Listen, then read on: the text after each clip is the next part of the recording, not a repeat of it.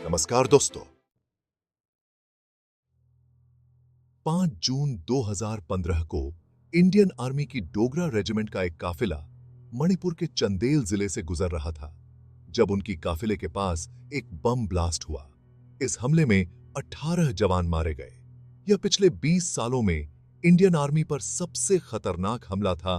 North east में एक विद्रोही समूह जो नागा हिल्स की स्वतंत्रता की लड़ाई लड़ रहा है, इस बम ब्लास्ट की जिम्मेदारी ली।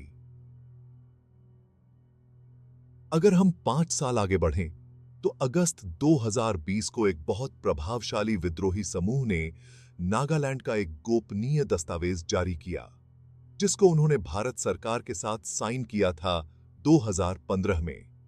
यह सीक्रेट दस्तावेज एक समझौता था इस विद्रोही समूह और भारतीय सरकार के बीच कि वे एक दूसरे के खिलाफ हिंसा बंद कर देंगे। और यही चीज नागालैंड की कहानी को इतना दिलचस्प बनाती है। दो विद्रोही समूह हैं, दोनों ये कहते हैं कि वे नागा हिल्स की स्वतंत्रता के लिए लड़ रहे हैं। एक भारतीय सरकार के साथ गोपनीय समझौता कर रहा है और दूसरा भारतीय सेना के खिलाफ बम ब्लास्ट कर रहा है। नागालैंड की कहानी भारत की सबसे लंबी विद्रोह की कहानी है जो कश्मीर की विद्रोह से भी ज्यादा पुरानी है। और यही इस वीडियो का विषय है। विद्रोह का सामना बल और शक्ति से किया जाएगा, इसके अलावा कोई उपाय नहीं होगा। पूरे नागालैंड को अर्धसैनिक क्षेत्र घोषित किया है। नागालैंड का भी विकास हो और हिंदुस्तान का भी विकास हो, उस एक सपने को लेकर के। लेकिन नागालैंड के निवासी समान लोग नहीं हैं। वहां नागालैंड के लिए 16 अलग अलग मान्यता प्राप्त जनजातियां हैं, जिनमें से 2 गैर नागा जनजातियां हैं और इन सब की अलग भाषा और संस्कृति है। नागा राष्ट्रवादी नागा प्रतिरोध की शुरुआत 13वीं सदी से बताते हैं। हालांकि आधुनिक प्रतिरोध को हम 20वीं सदी तक ट्रेस कर सकते हैं। पहली एंग्लो बर्मी युद्ध के बाद ब्रिटिशर्स ने नॉर्थ ईस्ट इंडिया के महत्वपूर्ण हिस्सों पर नियंत्रण जमा लिया। नागा हिल्स भी उनमें से एक था।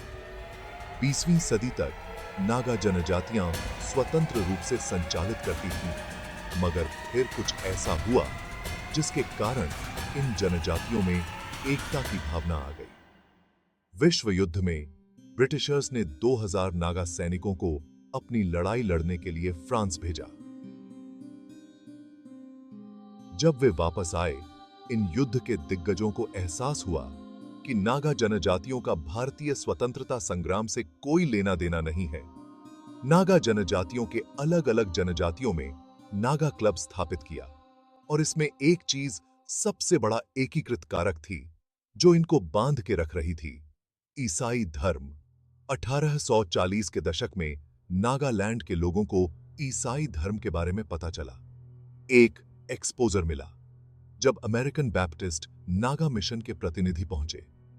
तो जब 1929 में साइमन कमीशन इंडिया आया, और ये वही साइमन कमीशन है जिसके बारे में आपने स्कूल हिस्ट्री बुक्स में पढ़ा होगा, नागा क्लब ने कहा कि वे भारतीय संघ का हिस्सा बनने की बजाय ब्रिटिश सरकार के अधीन रहना चाहेंगे। उन्होंने लिखा कि उनकी भाषा मुख्य भूमि इंडिया से एकदम अलग है, न उनकी हिंदुओं या मुस्लिमों से कोई समानता है और उनको नीचा दिखाया जाता है उनके बीफ और पोर्क खाने के कारण। और इसीलिए जब 1935 में गवर्नमेंट ऑफ इंडिया एक्ट बना, नागा हिल्स को एक्सक्लूडेड एरियाज के अंदर रखा गया। फिर जैसे जैसे भारतीय स्वतंत्रता संग्राम मजबूत होती गई, नागा क्लब ने भी साथ में अपने आप को एक औपचारिक राजनीतिक संगठन घोषित कर दिया, नागा नेशनल काउंसिल, जिसका मुख्य उद्देश्य था अपने लिए एक अलग देश स्थापित करना। मगर हर राजनीतिक संगठन की तरह नागा नेशनल काउंसिल में भी कुछ उदारवादी थे और कुछ चरमपंथी। तो भारतीय सरकार ने इन्हीं उदारवादियों में से टी साखरी और टीएन अंगामी से बातचीत बढ़ाई, जिसकी वजह से जून 29, 1947 को नागालैंड कागज पर अब भारतीय संघ का हिस्सा था। अब अगर किसी को बहुत ही सरल कहानी बतानी होती कि नागालैंड इंडिया का कैसे हिस्सा बना, तो वे यहां कहानी को बंद कर दें। पर असली कहानी नागालैंड की इससे ज्यादा जटिल है। याद है कि हमने मेंशन किया था कि एनएनसी में चरमपंथी नेता भी हैं। अब हमारी कहानी में एक और किरदार शामिल होते हैं। फीजो पूरी तरह खिलाफ थे कि नागालैंड इंडिया का हिस्सा बने। एक समय पर उन्होंने कहा था कि वे गोरों की सरकार को एक काली सरकार से रिप्लेस नहीं करना चाहते। नागालैंड की स्वतंत्रता के लिए फीजो ने महात्मा गांधी से भी मुलाकात करी और उनके हिसाब से महात्मा गांधी ने उस मीटिंग के दौरान उनको कहा कि अगर नागा इंडिया को नहीं ज्वाइन करना चाहते तो कोई उनको मजबूर नहीं करेगा, और अगर भारत मिलिट्री यूज करने की कोशिश करता है तो नागा लोगों से पहले गांधी जी खुद गोली खाएंगे। पर पंडित नेहरू और इंडिया की कॉन्स्टिट्यूएंट असेंबली इस बात के खिलाफ थी। नेहरू ने तो अगस्त 1946 में लिखा था कि एक स्वतंत्र नागालैंड इंडिया और चीन के दबाव की वजह से टिक ही नहीं पाएगा। पर फीजो के अलग प्लान थे। उन्होंने 14 अगस्त 1947 को नागालैंड को स्वतंत्र घोषित कर दिया था और इंडिया के अगले दिन की स्वतंत्रता समारोह को बॉयकॉट कर दिया था। फिर 1952 में दो चीजें हुईं जिन्होंने नागा मूवमेंट को पूरी तरह बदल दिया। पहला कि एनएनसी ने एक जनमत संग्रह आयोजित किया और उन्होंने कहा कि 99.9% नागा ने यह वोट किया कि वे नागालैंड को स्वतंत्र रखना चाहते हैं। और दूसरा कि नागा ने इंडिया के पहले आम चुनाव को पूरी तरह बॉयकॉट कर दिया। इसलिए जब नेहरू नागालैंड आए 1953 में बर्मा के प्रधानमंत्री के साथ नागा ने उनको हूट किया और कई तो अपनी पीठ पलट के पंडित नेहरू के सामने चले गए इस घटना से। उसके बाद भारतीय सैनिकों को जुटाया गया नागा हिल्स में प्रवेश करने के लिए, जिसकी वजह से कई लोग मारे गए। ऐसी हालत के चलते जो एनएनसी के उदारवादी और चरमपंथी लोग थे उनके बीच भी दरारें आ गई थीं और यह समस्या और बढ़ गई थी 1956 में जब उदारवादी नेता टी साखरी को फीजो के चरमपंथी समूह ने मार गिराया। फिर उसी साल फीजो पूर्वी पाकिस्तान के जरिए लंदन भाग गए और इसके कुछ महीनों पहले उन्होंने फेडरल गवर्नमेंट ऑफ नागालैंड की स्थापना की घोषणा की और वे एक अंडरग्राउंड आर्मी कंट्रोल करने लग गए। जब नागालैंड में कानून और व्यवस्था बिगड़ने लगी तो भारतीय सरकार ने एक और घोषणा की। उन्होंने armed force special power act यानी कि अफसपा पास किया सितंबर 1958 में, जिसकी वजह से कई लोग मारे गए। एक अनुमान के अनुसार पहले 1400 नागा की मौत हुई। इस स्थिति की वजह से कई नागा जो एनएनसी में थे वे दूसरे तरीके के बारे में सोचने लगे नागालैंड में शांति लाने के लिए। इसी वजह से कई नागा जनजातियों के प्रतिनिधि मिले और उन्होंने नागा पीपल्स कन्वेंशन बनाया। एनपीसी भारतीय सरकार के साथ काम करने लगी और 1959 में उन्होंने एक प्रस्ताव अपनाया नागा हिल्स के लिए एक दूसरी राज्य बनाने का, और नागालैंड इंडिया की आधिकारिक राज्य बन गई 1963 में।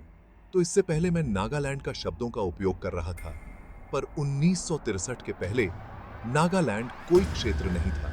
उस क्षेत्र को बुलाया जाता था नागा हिल्स, और यह कहानी थी कि नागालैंड एक राज्य कैसे बनी इंडिया में। और नॉर्थ ईस्ट इंडिया में आप ऐसी कई कहानियां पा सकते हैं जहां विभिन्न समूह सत्ता के लिए लड़ रहे हैं। एक नेता जो भारतीय शासन की प्रभुत्व नहीं चाहता और एक राष्ट्रीय नेता जो इस राजनीति को समेटने की कोशिश कर रहा है। भारतीय सरकार नागालैंड के कई खिलाड़ियों के साथ बात करने लग गई जो या तो तंग आ गए थे यह जनजातीय विभाजन से, या फिर नाखुश थे कि एनएनसी कम्युनिस्ट चीन का समर्थन ले रहा था। इसलिए 11 नवंबर 1965 को शिलांग समझौता साइन हुए थे एनएनसी के कुछ अंडरग्राउंड लीडर्स के बीच और गवर्नमेंट ऑफ इंडिया के बीच। इस समझौते के चलते इन अंडरग्राउंड लीडर्स को इंडिया का संविधान स्वीकार करना था, पर नागालैंड की स्वतंत्रता की मांग त्यागनी थी। पर वे एनएनसी लीडर्स जिन्हें चीन के साथ अच्छे संबंध बना लिए थे वे शिलांग समझौते के खिलाफ थे। इसलिए उन्होंने एनएससीएन की स्थापना करी म्यांमार में 1980 में, और उनकी मांग थे एक ऐसा देश जो बस नागा के लिए होगा, वह ग्रेटर नागालैंड है। अब इस ग्रेटर नागालैंड की मांग में बस नागालैंड का क्षेत्र नहीं है, बल्कि वे सभी क्षेत्र हैं जहां नागा रहते हैं। ऐसे अनुसार असम, अरुणाचल और मणिपुर के कुछ जिले भी इसमें शामिल होंगे। इन राज्यों में कई नागा रहते हैं और वे नागा पहचान के साथ ज्यादा पहचान करते हैं। न कि अपनी राज्य की पहचान से। उनका मानना है कि इन राज्यों में उनके खिलाफ भेदभाव किया जाता है और इन तनावों की वजह से कई बार चरम हिंसा में देखने को मिला है। 13 सितंबर 1993 में नागा मिलिटेंट्स ने 100 से ज्यादा कुकी सिविलियंस को मार गिराया था। मणिपुर में इस हिंसा की वजह से ही NSCN बाद में नागालैंड की मांग कर रहा है ताकि नागा को अपनी एक अलग देश मिल जाए। पर NSCN भी उसी चीज का शिकार हुई जिसका कई नागा संगठन हो चुकी है, जनजातीय विभाजन, जिसकी वजह से NSCN 1988 में विभाजित हो गई।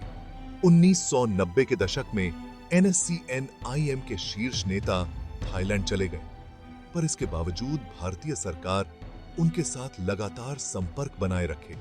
जैसे PV नरसिम्हा राव उनसे मिले 1995 में, देवे गौड़ा 1997 में और अटल बिहारी वाजपेयी उनसे मिले 1998 में।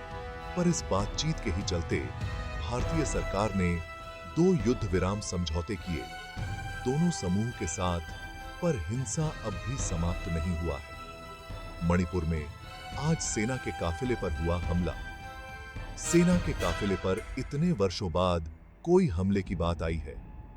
सामने सेना के काफिले पर हुआ हमले, लड़ाई करना अब विकल्प नहीं है, क्योंकि युद्ध विराम की वजह से वे एक मौज की जिंदगी जी रहे हैं। वसूली, ड्रग्स और सरकारी पैकेजों के जरिए अब मोदी सरकार इस पूरे मामले को स्थायी रूप से समाप्त करना चाहती है।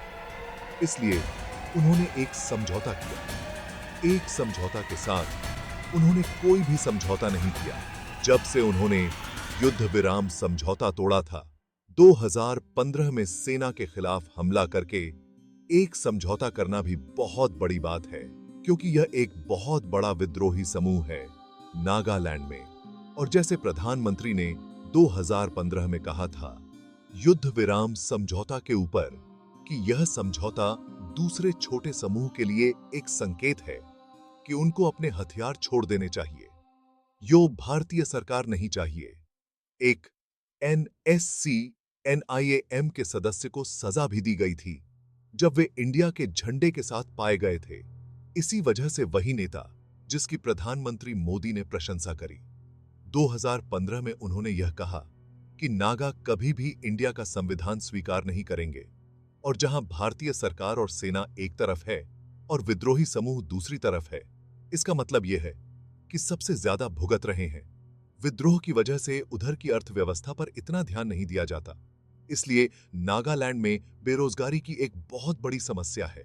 2018 में नागालैंड की बेरोजगारी पूरे इंडिया में सबसे ज्यादा थी, और क्योंकि नागालैंड में नौकरी के अवसर नहीं हैं, इसलिए उन लोगों को दूसरे राज्यों में जाना पड़ता है नौकरी के लिए। और किसी भी माहौल में जहां राजनीतिक समस्याएं हों और आर्थिक समस्याएं हों, तो सांप्रदायिक समस्याओं का भार आना इसलिए मुश्किल नहीं होता, पर ऐसा ही नागालैंड में होता। नागालैंड में कई समूह शिकायत कर रहे हैं कि बांग्लादेश से अवैध प्रवास हो रही है नागालैंड में। बांग्लादेशी करते हैं जो स्थानीय नागा लोग नहीं करना चाहते हैं। उन समूहों का मानना है कि असम के जरिए अवैध प्रवास के लिए आसान हो गया नागालैंड में आना है, पर इस राजनीति की वजह से कई भारतीय मुस्लिम भी शिकार हो रहे हैं, क्योंकि उनमें से कई लोगों ने एक स्थानीय नागा महिला के साथ शादी करी है और नागा जनजातियां चिंतित हैं कि इसकी वजह से गैर नागा के साथ प्रतिस्पर्धा उनका बढ़ जाएगा। इसके अलावा कई नागालैंड के नागरिक उल्लंघन से भी गुजर चुके हैं। जैसे स्थानीय मानवाधिकार समूहों ने दावा किया है कि अफसपा की वजह से भारतीय सेना ने नौजवान लड़कों को प्रताड़ित किया है, महिलाओं को बलात्कार किया है, और वे लोग जो ऐसी चीजों के खिलाफ आवाज उठा रहे हैं उनको जेल में डाला है। तो नागालैंड में बेरोजगारी एक बहुत बड़ा मुद्दा है। विभिन्न नागा जनजातियां एक दूसरे के साथ लड़ रही हैं प्रभाव के लिए, और फिर ये नागा जनजातियां गैर नागा के साथ भी लड़ रही हैं राज्य के संसाधनों के लिए। इसका मतलब है कि नागालैंड के युवाओं का भविष्य दांव पर लग रहा है, और यह भविष्य तब तक ठीक नहीं होगा जब तक नागालैंड की एक बड़ी समस्या हल नहीं होती है। मिलते हैं फिर अगले वीडियो में दोस्तों। बहुत बहुत धन्यवाद। अगर आपको यह वीडियो पसंद आई है तो इसको लाइक और सब्सक्राइब करें हमारे चैनल देसी टॉक्सिक को। In the early 1940s, a significant development took place. The Naga National Council, or NNC, was formed. This council was established with the aim of uniting the Naga tribes and advocating for their rights. It marked the beginning of a more organized political movement among the Nagas. The formation of the NNC laid the groundwork for future efforts towards self-determination. On August 14, 1947, a day before India gained independence, the Naga National Council took a bold step. They declared Naga independence, asserting their right to self-governance. This declaration was a clear statement of their desire to remain separate from the emerging Indian state. It was a moment of great significance, symbolizing the Nagas' determination to chart their own course. Fast forward to 1975, a pivotal event occurred. The Shillong Accord was signed between the Government of India and the Naga National Council. This agreement aimed to bring an end to the hostilities and pave the way for peace. However, it was met with mixed reactions among the Nagas, with some factions feeling it compromised their aspirations. The Shillong Accord remains a controversial chapter in the history of the Naga struggle.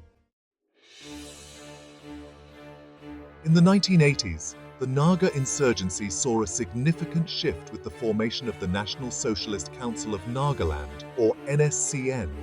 This group aimed to establish a sovereign Naga nation, which they referred to as Greater Nagaland. Their vision extended beyond the current boundaries of Nagaland, including parts of neighboring states and even regions in Myanmar. The NSCN quickly became a dominant force in the Naga movement, influencing the region's socio-political landscape.